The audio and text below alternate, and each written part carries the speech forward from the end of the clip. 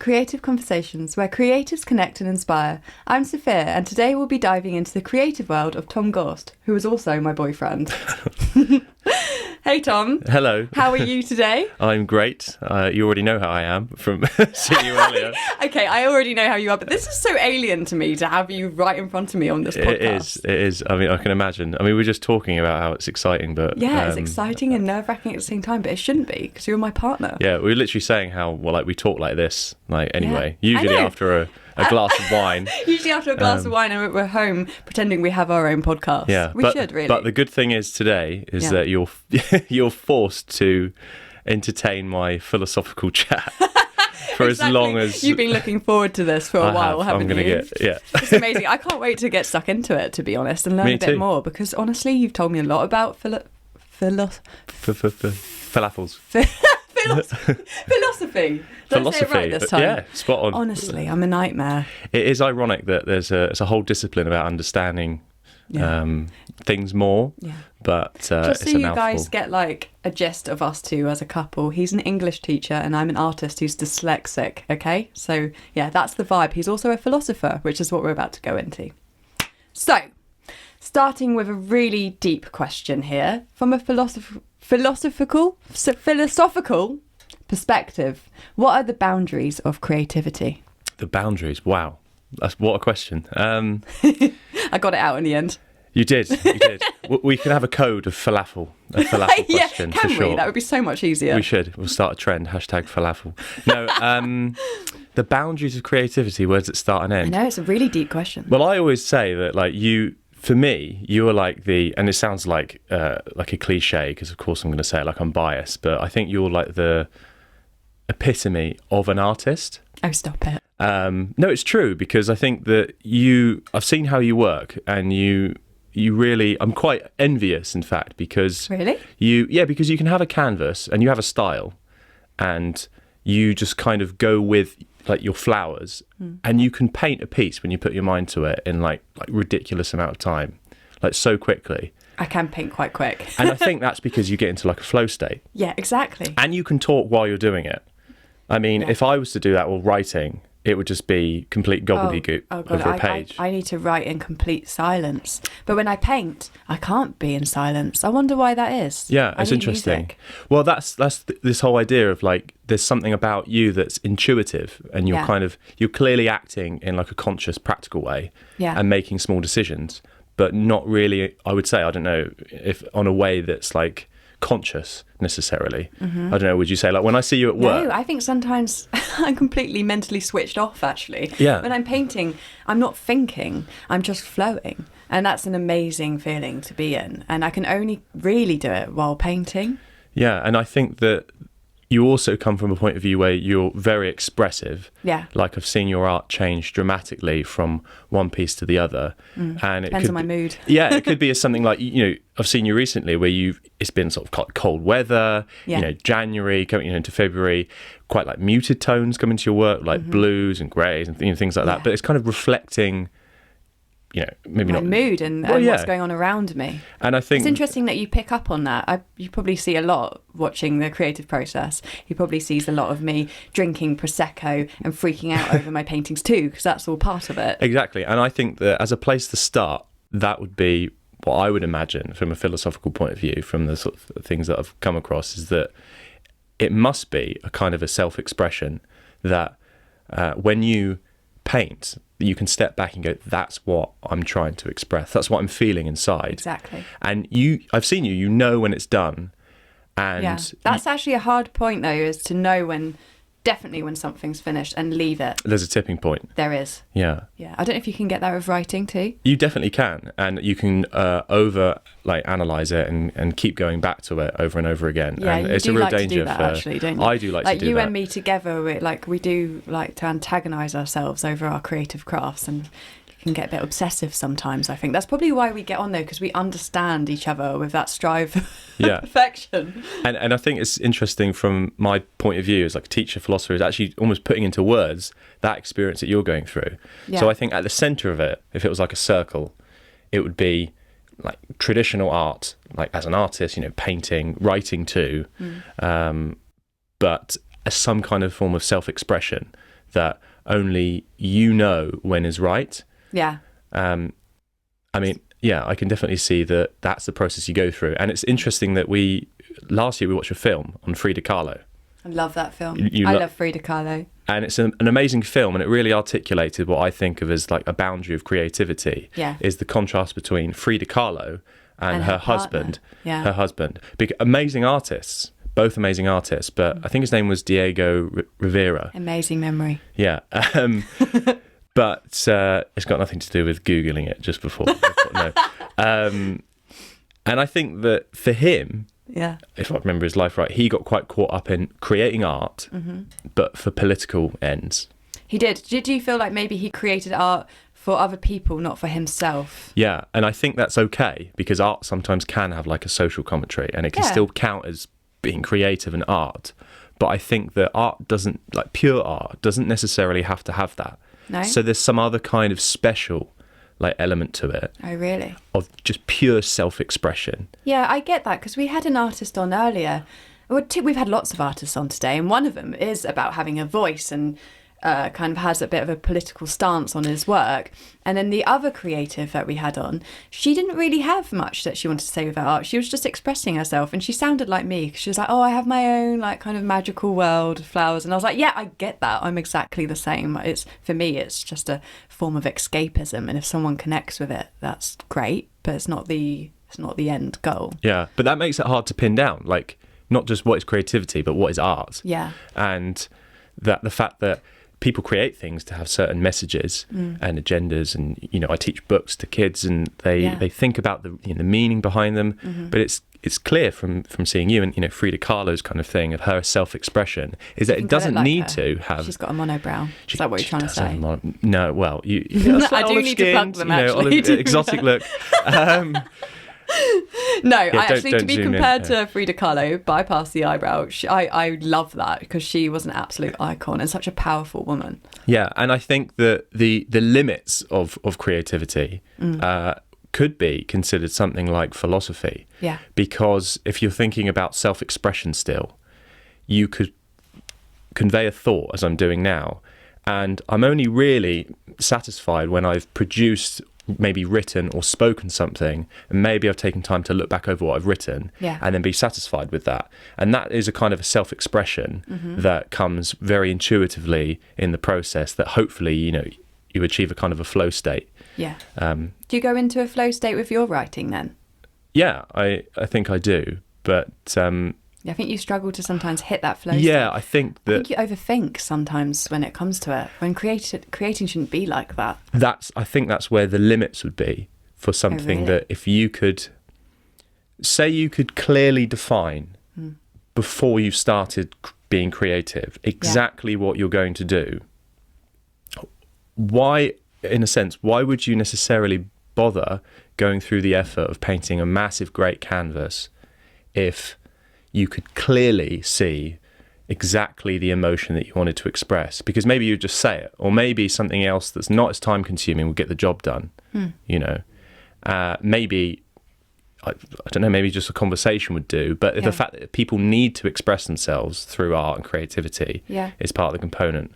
And I think that if for professions that have a clear end goal in mind, I think you're sort of touching on the limits of what's being creative. So like, really? I don't know, an air traffic controller. Yeah. He can't be intuitive in any way. No. You can't just be, I'm just going to guess, and go with the flow. Yeah. Otherwise, people could like lose their lives, obviously. So clearly like that's not a... Yeah, it's confusing and a very blurred line about what is creativity and who falls into that category. And that was what was really interesting about bringing you on here, because we did have this argument, is Tom creative? Like, I think you are. I personally think you're very creative, because you understand me on a different type of wavelength. Do you know what I mean? You speak to me as an artist, and you understand the emotions that go into it and the mindset that I have with it. And also you writing is creative in itself. And I just think that it's really interesting that you don't think you're a writer, even though you can write amazingly. We were talking about this, weren't we? That part of the reason your curiosity about me is that the writing. Yeah. And I kind of bucked a bit at that in a Yeah, sort of you a said, I'm not a humble writer. way, And I was like, well, almost you are sort a of writer. coy way, that I wasn't a writer. Yeah. And then we had this whole chat about, over a wine, exploring over a wine. why I don't think I'm a writer. And actually, this is what we wanted to talk about today, didn't we? Yeah. So, I mean, why do you think I'm a writer? Well, I think you're a writer, one, because you studied English, which we'll go into, you know. Yeah. You've wrote a short story, you've wrote poems, you've wrote beautiful pieces that are stunning. And I couldn't do that. I don't have that skill. So I see you as a writer. And even the way you just speak to the world, the way you speak about your feelings and your emotions, you can tell you're a writer. So it baffles me when you say you're not. I mean, just to clarify for people listening, is that I haven't, as a profession, I'm a teacher. But I sort of kicked back in a way and said, well, I've written bits. And when you say short story, I mean, it was a story that I submitted at uni. I got a first. You know, This is what I mean. You're so talented, yet you don't want the label of writer. But we were exploring the philosophical, the falafel point of view. Go on, tell us the falafel point of view then. Well, we were thinking that, I think it was almost coming to terms with, I was like getting a bit sort of big from it, and I was like, no, I am a writer, because what actually makes someone a writer, and What determines you? This goes for like say, being an artist, yeah. a painter, any What makes profession. me an artist? Exactly, because if you said if someone had written a book at, Yeah. I don't know, they were a prodigy, and at 16 they wrote a novel, best-selling novel. Mm-hmm. They went into, I don't know, a completely separate career all their life, and then in their retirement they produce another best-selling hit. Yeah. Right? Whether or not that could have maybe not even sold, and you still produce a novel, you would probably say they're clearly a writer if it sold, right? Yeah. Okay, so maybe I thought that, does somebody need to be paid for it? Yeah. And excuse me, It's all right, take a moment, have your water. it's just emotionally choking me up at the thought of, I'm actually a writer. I'm actually a writer. No, so going back to that point, is that, okay, do they have to be paid then? Yeah. Would you say? And then I thought, well, not necessarily, because if somebody wrote Anna Karenina or War and Peace and nobody'd heard about it, and then after they died, you opened up their diary or their laptop and they found they'd written that, you would say they're a writer. It's true. I think Van Gogh only sold like one painting while he was alive, and then the rest just went for thousands, well, a lot more than that, once he passed. Yeah, and a lot of creatives, traditionally, they were made famous posthumously, after they passed, or they'd not realised they had this kind of private life of writing or painting. So I was almost like challenging myself, and I think you could see this thought process going. Yeah. Is that I think that you are only a writer or painter or artist, insert the brackets, when you're actually doing the thing. But how often do you have to do the thing? It doesn't matter, because it can't matter, because So you are a writer. Have you come to that conclusion now? Not right now. Maybe eventually. No, when I'm writing, if I go back home and so write, you go home and write, and then you're a writer. I am a writer. But as soon as I stop or close the laptop or close the book, you're no longer a writer. Okay, interesting argument. So you know very well that I am a model and I'm an artist. They feel like two very different things, and two very different Sophias, in fact. You probably see that. When I'm painting, Totally. I'm this sweet, all flowery, sweet girl. And, well, the modelling's a whole other matter, isn't it? More of a siren, crazy. I don't know, whatever you want to call it. I change characters a lot with modelling, but I like to be quite crazy and quite wild with it. Yeah. Does that mean when I'm modelling, I'm not an artist? And when I'm being an artist, am I not a model because I'm in the act of modelling at the time? Yes, I think so. Really? Yeah. So it really is like living two lives. Yeah, but because I think, and I was getting a bit Englishy, but there's this like amazing quote. I think Stephen Fry took it from like Oscar Wilde, and it's like, it's almost more helpful to think of creative people as verbs, like doing things. Yeah. Not nouns. I am a teacher, I am an artist, because that can limit you. And especially when it comes back to creativity, if you think, right, I'm an artist, that you're an artist that only paints flowers.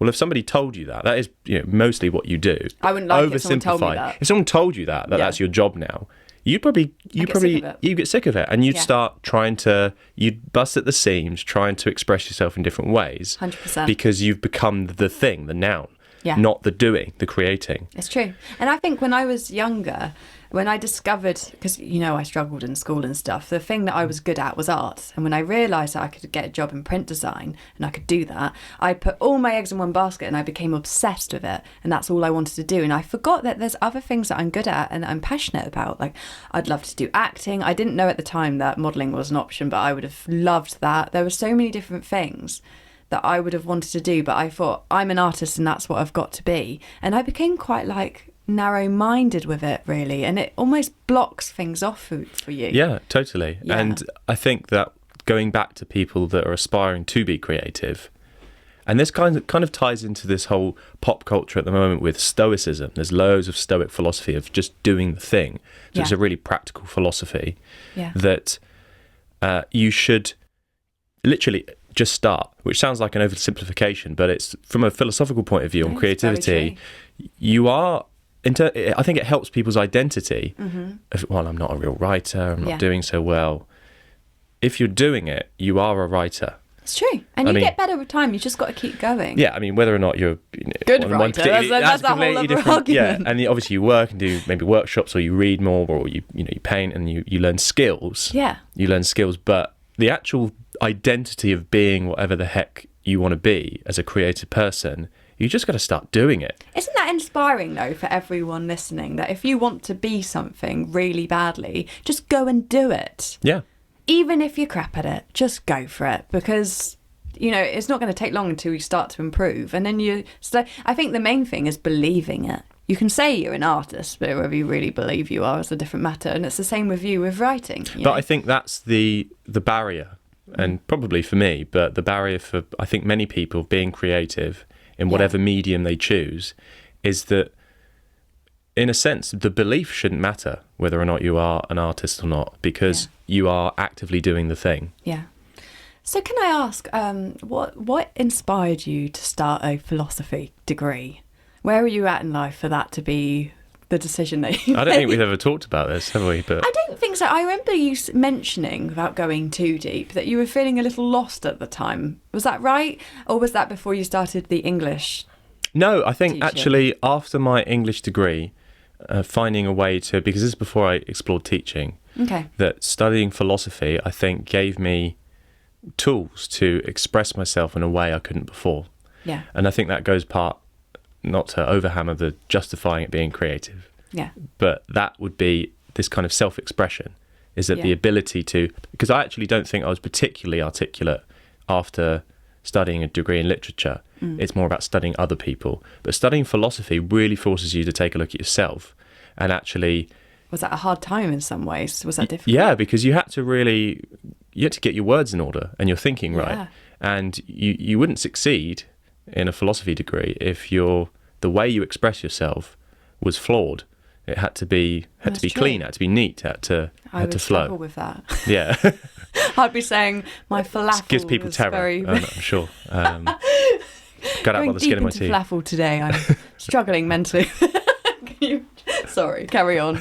So... The code word for, but I think teaching, coming out of that and being able to kind of vocalise what sort of I enjoyed, my passions were, the key turning point for me for teaching was teaching, it's actually a short English language course, learning how to teach English to non-natives.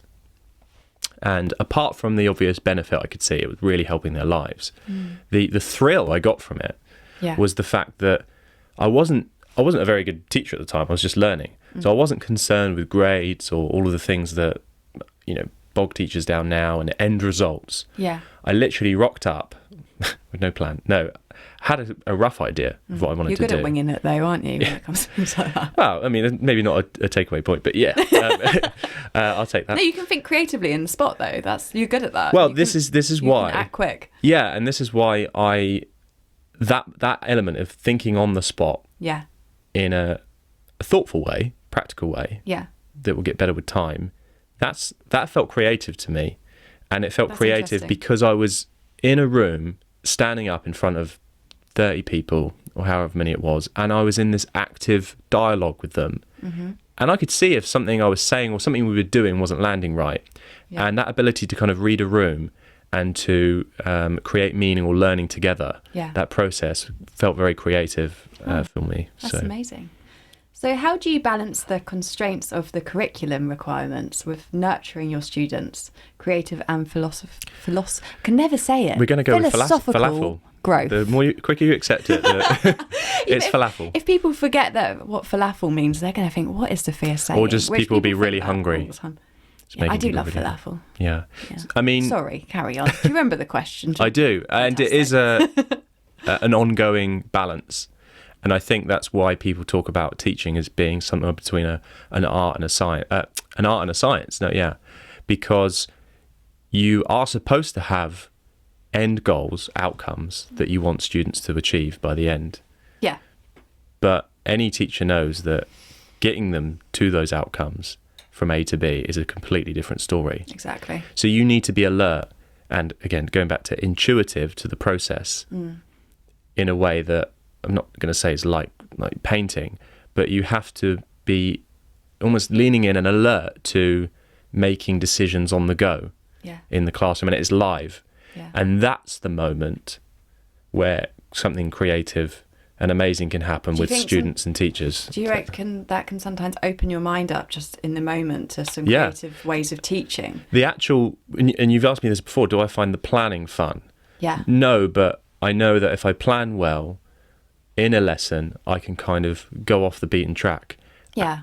But I still have the control to bring it back, like someone might with a painting or something. But you can experiment, and then you can take those learning moments, and I try and balance it with encouraging them to ask questions, because that's where like learning happens, is that you're in this exchange, you're discovering the meaning of something together.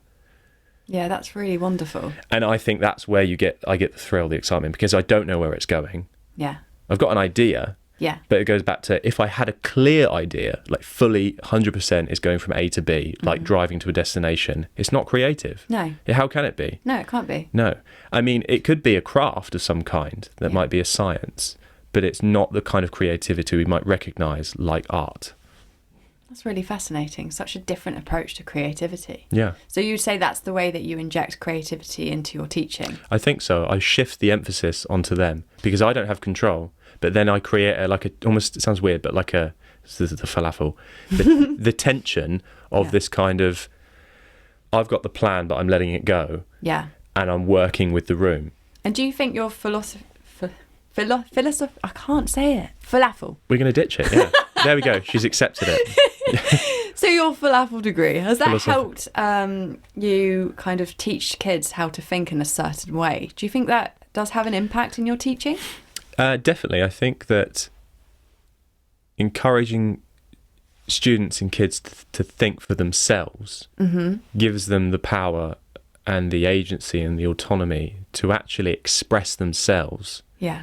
And it doesn't, I mean, it's in an English classroom, so it's a bit limited, but giving them the ability to ask questions and to think for themselves and to refine it, and tweak it, I think gives them the ability of self-expression that is helpful to them in life. And they can take that skill anywhere, and they can take that to their art, their own creativity, but giving them a voice, I think, is the most important thing a teacher can do. Yeah. And actually improving that voice, it's not just this unregulated, like there. And that's such a special thing to give someone young who's aspiring to maybe be a writer you don't know, to give them that voice and be confident in themselves. It's a really big deal. And I think one of the main things for creativity, and this goes for what I do for students, is trying to think, and I said I wouldn't use big words, but it's... No, go for it, go on. It's thinking divergently. Divergent. And divergent means like outwards. Yeah. Right? So if you think of something and you had questions, think of as many questions, think of questions that are not obvious. Yeah. I used to do something in school, I can't remember what we would call it, a mind map, I think it was. That's thinking divergently. So you'd have one idea in the middle and then you would branch off on lots of things. But I bet you like that, right? Because you've got a creative brain. Yeah, I think for dyslexic students, I'm dyslexic, but that's what they kind of got me to do to help kind of organise my thoughts and help me think in a different way. And it was helpful, especially for creatives, because we're all visual, Yeah, exactly. And that ability to almost explode an idea is creative. And it's partly also having the ability to brace another big word, is converge that in a useful way. Because converging it is right, taking these ideas you've exploded, say the mind map, say the artistic ideas. I've got double hands here, I'm painting a canvas. You like the artist earlier, ambidextrous. Did I say that right? Yeah. Right. Oh, she's ambidextrous. Yeah. So taking the idea and exploding it, being divergent, and then converging that in a useful, practical way is basically having self-discipline. Or in an artistic way, it would be like learning the style of poetry, writing, because there are certain constraints you must have for it to make sense. So if you see, constraints doesn't sound very creative to me. Isn't it? I don't know. I guess not in my creative world, but I think for other artists, very much so. It depends on the style and what you're creating, I guess. I mean, what if that was the very thing that was creative, is your ability to play with the form and to actually not just ditch the rules, but to bend them in a way that takes you in a completely different direction. Yeah, and I think I read this in a book on how to write. For anyone listening, I think if you're a writer, it's, oh my goodness, it's called The Elements of Style. The Elements of Style. Yeah, The Elements of Style by E.B. White. No, but for writers, The Elements of Style, it has to be read. And it was a short book. And basically he said that before you learn to break the rules, you must learn them. Yeah. Yeah, that's so true. That's so true. Because you're just, otherwise, I mean, you could produce something that's amazing and throw something at the wall and it sticks, but the odds are, not very high. No. But if you learn the craft, yeah, painstakingly, it can be a bit dry. Yeah. For poetry, it's like, my goodness, it's almost like maths at times. It's so true. I mean, with, say, the flower painting that I do a lot of it, but it's because I've done it so much and studied it so much that I can break the rules now. And you can flow. I can flow with it. You saw that piece that I was doing where I took up our whole dining room, throwing a load of black ink. Still doing, by the way. Still doing it. Sorry. Still taking out that dining room. Yeah. Valentine's Day. Trash the house with paints. Both suffering for your art. It's for a bigger cause. It's fine. But yeah, it was that kind of like being able to just expressively paint to music, and it didn't matter if the flowers are dripping down the canvas and it's a mess. That's part of it. But you need to know the form of a flower, and how a flower is built, and the dynamic of it before you can go in. But you spent years studying that. Years. Yeah. And I think that to spend the time learning the craft is when you can start to play with it. And that's, I think, a key point of creativity. Yeah, amazing. So I've got a new question, and I'm going to try and say the words correctly, but I'm sorry if I don't. Philosophy. Many philosophers argue that creativity is tied to morality or virtue. Do you agree, and how does this relate to cultivating character? Wow. I know, right? There are so many elements of that. So what was the first point? Is that creativity being tied to being moral, being good. Morality and virtue. Being good in the world. That's like the idea that your art, your end game needs to be serving some kind of good, whatever that might be. Now that could be, I suppose, just creating a piece and it articulates what the masses are feeling. Yeah. So I'll just use a out of the blue example. You could paint something during COVID that was particularly moving for what people were experiencing, like en masse. And that's kind of like a virtuous, maybe some kind of moral aim, I suppose. Yeah. Do I think that creativity has to be like that?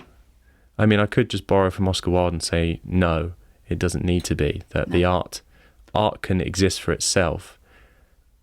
And I think that's true. I think art can, perfectly good art and creativity can exist for political ends, but by no means I don't think it has to. No. I think it must be a kind of a self-expression. Yeah. So do you think if you're just creating for the sake of creating, what does that come under? If it's self-expression, like for you, you would go crazy if somebody told you you can only paint flowers. Yeah. Because you express yourself in many different ways. Yeah. So I think part of recognising as a creative person, to some extent, you need to feel the desire, the drive for expressing yourself. To shout it out on the rooftops kind of thing. Yeah. And that's why usually I think that some creative types are usually quite expressive people. They could be That quite is true. That because is you true. are. You say you're like introverted, I like to become a human piece of art. I'm the most extroverted but you're so person in some expressive. ways. You're so expressive. I don't mean necessarily. You don't have to be super like social and outgoing, but you're a very expressive person. So are you. I think that's why we work well together. Yeah, in different ways, but. So going back to that question, I don't think to be creative it needs to be tied to a moral or a virtuous end. I would think that there are dangers, actually, if somebody's set out to do that. Mm-hmm. Okay. Why do you think there's dangers? Because I think that you could get caught up in appealing for someone else or for something that the end result. And again, going back to that point of why would someone like, I don't know, Tolstoy write the whole of Anna Karenina if the only point was to achieve some kind of emotion at the end in his audience? What Does was that make the point sense? of making it then? Well, was it for him? I can't ask him, but I think No. if art, say you knew what emotion you wanted me to feel when you paint. I think the beautiful thing about art is that people look at it and they take what they want from it. Exactly. But I think if it was for a moral or a virtuous end, and you get caught too much in that, there's many different ways you could do that without being creative. You could create a propaganda poster and it would do the same job in half the time. Yeah, I guess that's true. You know? Or you could take a pill and it achieves the same kind of emotions you want to achieve. Why would you bother writing an 800-page novel if it was just for a moral purpose? I'm not saying art can, 1984, that's clearly a work of art, but for different reasons than just the political message. That's really fascinating. So how do you differentiate? Did I say that right? Differentiate. Differentiate.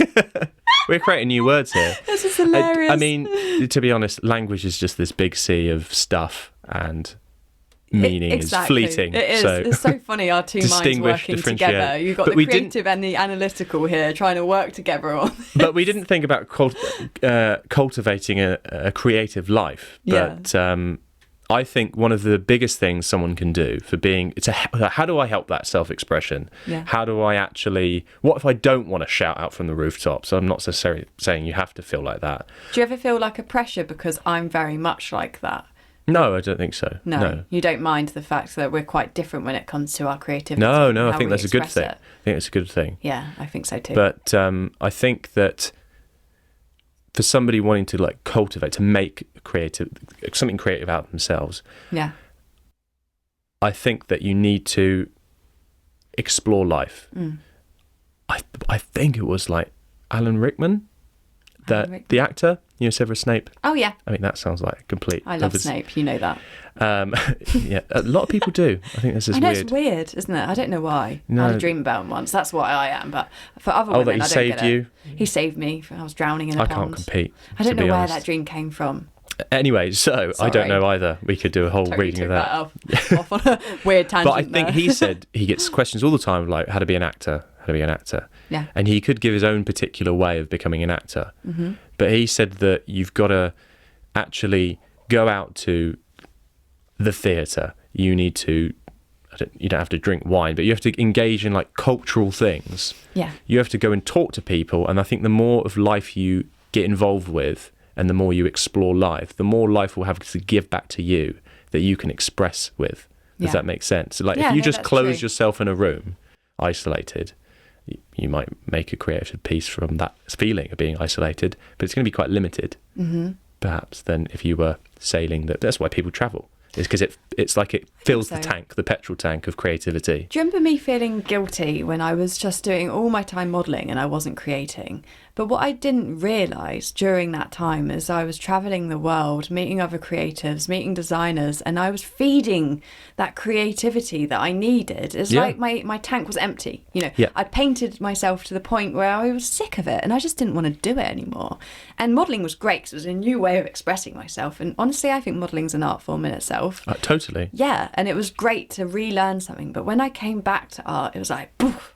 And I'm super inspired. I've got all these new ideas, and actually my work is better now because I had some time away from it, and I just went to explore, and that was fascinating. And I think that it goes back to thinking divergently, is that Yeah. if your tank is full with culture, with experience, your brain can then go bang and think of many different associations freely between lots of different ideas. So I guess people aspiring to be creative is put yourself in positions that might even mean moving to a different city, which is not easy to do, but put yourself in positions that I guess might be uncomfortable. I think if you're too comfortable, there's usually a problem. Yeah. But openness to experience is a key trait, I would say, for creative types. That's amazing. Yeah. I'm looking forward to this big creative lifestyle that we're going to have together. And I think we need to make it a very important mission for us to travel the world, see places, and keep feeding each other's creativity. Yeah, absolutely. I completely agree. Yeah, that's so exciting. Yeah. My brain's just gone dead. Sorry. When it comes to philosophy, I'm like, nah. But when it comes to falafels... So tell me more about your views on philosophy then. Like, how's it impacted your life? How do you go about your everyday? Does it impact you in some way, your everyday views? Yeah, definitely. I think that partly studying philosophy and this idea of cultivating an aesthetic life is that I think all of these things tie back to this idea of, in a way, I mean, it's difficult to do, but cultivating is an interesting word, because when you think of cultivating, you think of nurturing and tending to a garden. Yeah. Right? Like, I'm sure, you kind of hope that the garden's going to be the way you want it to be, but you kind of just shape it along the way. And I think your life needs to be like that. Yeah, of course. Because if you could clearly define what you wanted your life to be like, then it's not particularly creative or adventurous. But having a certain intuition about things, being really alert to life, allows someone to be creative and responsive, and in some way like aesthetic. You're like creating yourself as you go along the way. You're finding your voice. Yeah, that's amazing. I think it's ever evolving, really, isn't it? As a writer and as an artist, you just keep adapting depending on where you are in your life and at that time. Yeah. Okay, so last question. Lay it on me. What advice would you give to someone who feels disconnected from their creativity or sense of individuality? Wow. I know, it's a deep one, isn't it? Good one to finish on. It is. What advice for someone for being an individual?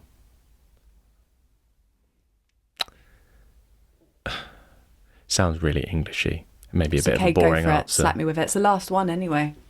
Get as wordy as you like. Read. Well, no, it's not true, just actually. read, I think that's really important to constantly keep reading. And expose yourself. And I don't mean physically. Yeah, there you go. Drop the mic. No, read. And that sounds like an oversimplification of how you can interpret that. I mean, like, engage in life, various things, but be sensitive to what the world is chucking at you. Yeah. And that's tough to do, because I think that it's partly philosophy gives you the tools to think critically and creatively, and almost put like a filter up about what you resonate with and what you don't. Yeah. You know, I'm going to take that part and make that my own, and that's my personality now. Oh, that's my opinion. I really like that. I agree. You know, or I don't agree with that. I'm going to push it aside. But can you see all of those things, that picking and choosing? Yeah. Maybe I'll go to a country and I'm like, this part's for me. Maybe that's not for me. It's same with maybe like religion or something. You know, really that part's for me. Maybe that's not for me. Yeah. And this kind of ability to explore different things in life, to read and engage into it, but to be alert to it, will start to give you a little ball of a self, you know, a little kind of an identity, a voice that you have, and everyone has it. Everyone has it. So it's kind of being a bit more aware and listening to that voice, is it? I think so. I think it's being more more concerned about what others are doing. Yeah, that's interesting. I've heard you say this before. Rather than you. To really listen. Yeah. Because you never know what you're missing or what opportunity could come up if you actually just listen to what's happening around you. Yeah, and as a final point, I would say that I did tell my students this, is that the last thing that I left them with, this was in an old college, but is that they needed to pay attention. And they all laughed and they thought, yeah, we know. And I was like, no, really pay attention, because you don't know what you're not paying attention to today that you wished you paid attention to later, because you might have not connected with someone in a way that you otherwise could if you paid more attention today. So as a final example, say you did travel to that place, or say you did pick up that pen or that brush, you might meet someone in a week, a month, 2 years from now that went through that same kind of thing. Yeah. That if you decided not to do that, you can't connect. No. You can't connect with them. And if you did those things, connecting with them takes you down that whole kind of divergent path. Yeah. That's amazing. Which That's is some really helpful information. Probably a nice falafel way to end. It's a great falafel way to end. Thank you so much for joining me on here today. No, thank it's you. Crazy It's been because we lovely just get to go talking to you home like together this. now later. Yeah. Probably have a glass of wine and go on Definitely over and over again about what we've just spoke probably about. Falafel too. Yeah. Over egg that one. But you were amazing and you had so much interesting stuff to say. Oh, so thank you it so was much. incredible. And you're an inspiration too. Oh, thank you. I love you. Love you. Right. Thank you, everyone, for listening today. It's been really amazing to have you with us, and I hope you tune in next time. This is Creative Conversations. Thank you. See ya. Creative Conversations was hosted by Sophia Gray. It was recorded at Granary Studios, audio production by Granary Digital, additional production support and editing by James Jones. For more information, visit our website at granary.digital. To contact the show, email podcast@granary.digital. Please leave us a review wherever you get your podcasts and follow us on social media.